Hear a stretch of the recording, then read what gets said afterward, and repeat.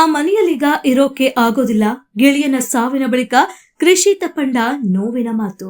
ಇತ್ತೀಚೆಗೆ ಉದ್ಯಮಿ ವೈಶಾಖ್ ಸಾವಿನ ಘಟನೆ ಸ್ಯಾಂಡಲ್ವುಡ್ನಲ್ಲಿ ಸಾಕಷ್ಟು ಚರ್ಚೆಗೆ ಕಾರಣವಾಗಿತ್ತು. ಈ ಘಟನೆಯ ಬಳಿಕ ನಟಿ ಕೃಷಿ ತಪಂಡ ಕುರಿತು ಸಾಮಾಜಿಕ ಜಾಲತಾಣಗಳಲ್ಲಿ ಹಲವು ಊಹಾಪೋಹಗಳು ಕೇಳಿಬಂದಿತ್ತು. ಈ ಎಲ್ಲ ಬೆಳವಣಿಗೆಗಳ ನಡುವೆಯೇ ಇದೀಗ ಕೃಷಿ ತಪಂಡ ಮೊದಲ ಬಾರಿಗೆ ಸಾಮಾಜಿಕ ಜಾಲತಾಣದಲ್ಲಿ ವಿಡಿಯೋವೊಂದನ್ನು ಹಂಚಿಕೊಂಡಿದ್ದಾರೆ.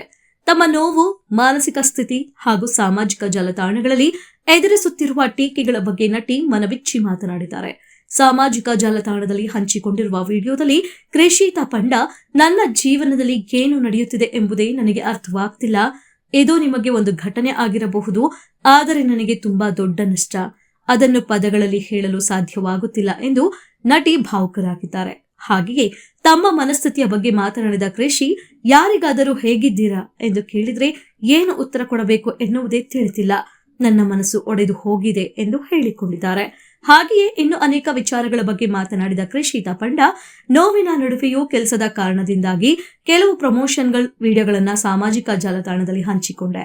ಆದ್ರೆ ಅದಕ್ಕೂ ಹಲವು ರೀತಿಯ ಟೀಕೆಗಳು ಬಂದವು ಎಂದು ಬೇಸರ ವ್ಯಕ್ತಪಡಿಸಿದ್ದಾರೆ. ಹಾಗೆಯೇ ಸಾಮಾಜಿಕ ಜಾಲತಾಣಗಳಲ್ಲಿ ನಡೆಯುವ ಟೀಕೆಗಳ ಬಗ್ಗೆ ಮಾತನಾಡಿದ ನಟಿ, ನಾವು ಮೌನವಾಗಿದ್ದರೆ ನಮ್ಮದೇ ತಪ್ಪು ಎಂದುಕೊಳ್ತಾರೆ. ಮಾತನಾಡಿದ್ರು ಟೀಕೆ ಮಾಡ್ತಾರೆ. ನಾವು ಬದುಕಲು ಪ್ರಯತ್ನಿಸಿದ್ರು ಮಾತನಾಡುತ್ತಾರೆ. ಸತ್ತರೆ ಹೇಡಿಗಳು ಎಂದು ಕರೆಯುತ್ತಾರೆ ಎಂದು ಹೇಳಿದ್ದಾರೆ. ಮತ್ತೆ ಆ ಮನೆಯಲ್ಲಿ ವಾಸಿಸಲು ಸಾಧ್ಯವಿಲ್ಲ. ನಾನು ಇಷ್ಟಪಟ್ಟು ಕಟ್ಟಿಕೊಂಡಿದ್ದ ಆ ಮನೆಯಲ್ಲಿ ಈಗ ವಾಸ ಮಾಡಲು ಸಾಧ್ಯವಾಗುತ್ತಿಲ್ಲ.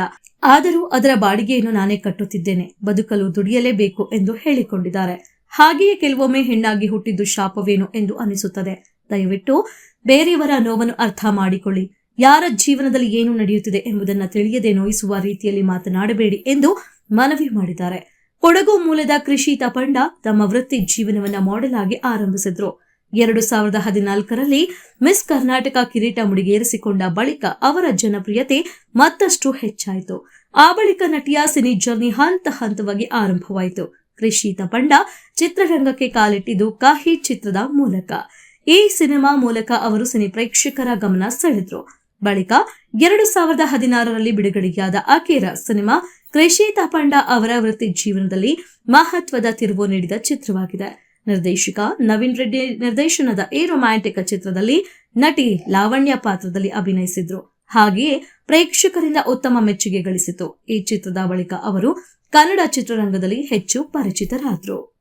ಐ ಡೋಂಟ್ ನೋ ನನ್ನ ಲೈಫಲ್ಲಿ ಏನು ನಡೀತಾ ಇದೆ ಅಂತ ಹೇಳ್ಬಿಟ್ಟು ನನಗೆ ಅರ್ಥ ಮಾಡ್ಕೊಳ್ಳೋಕ್ಕೆ ಆಗ್ತಾ ಇಲ್ಲ. ಅದನ್ನ ಅರ್ಥ ಮಾಡ್ಕೊಳ್ಳೋಕೆ ಹೋದರೆ ಐ ಥಿಂಕ್ ತಲೆ ಕೆಟ್ಟು ಹೋಗ್ಬಿಡುತ್ತೆ ಅನಿಸುತ್ತೆ. ಹೊಡಿತಾನೇ ಇದೆ, ಏಟ್ ಮೇಲೆ ಏಟು ಬೀಳ್ತಾನೇ ಇದೆ.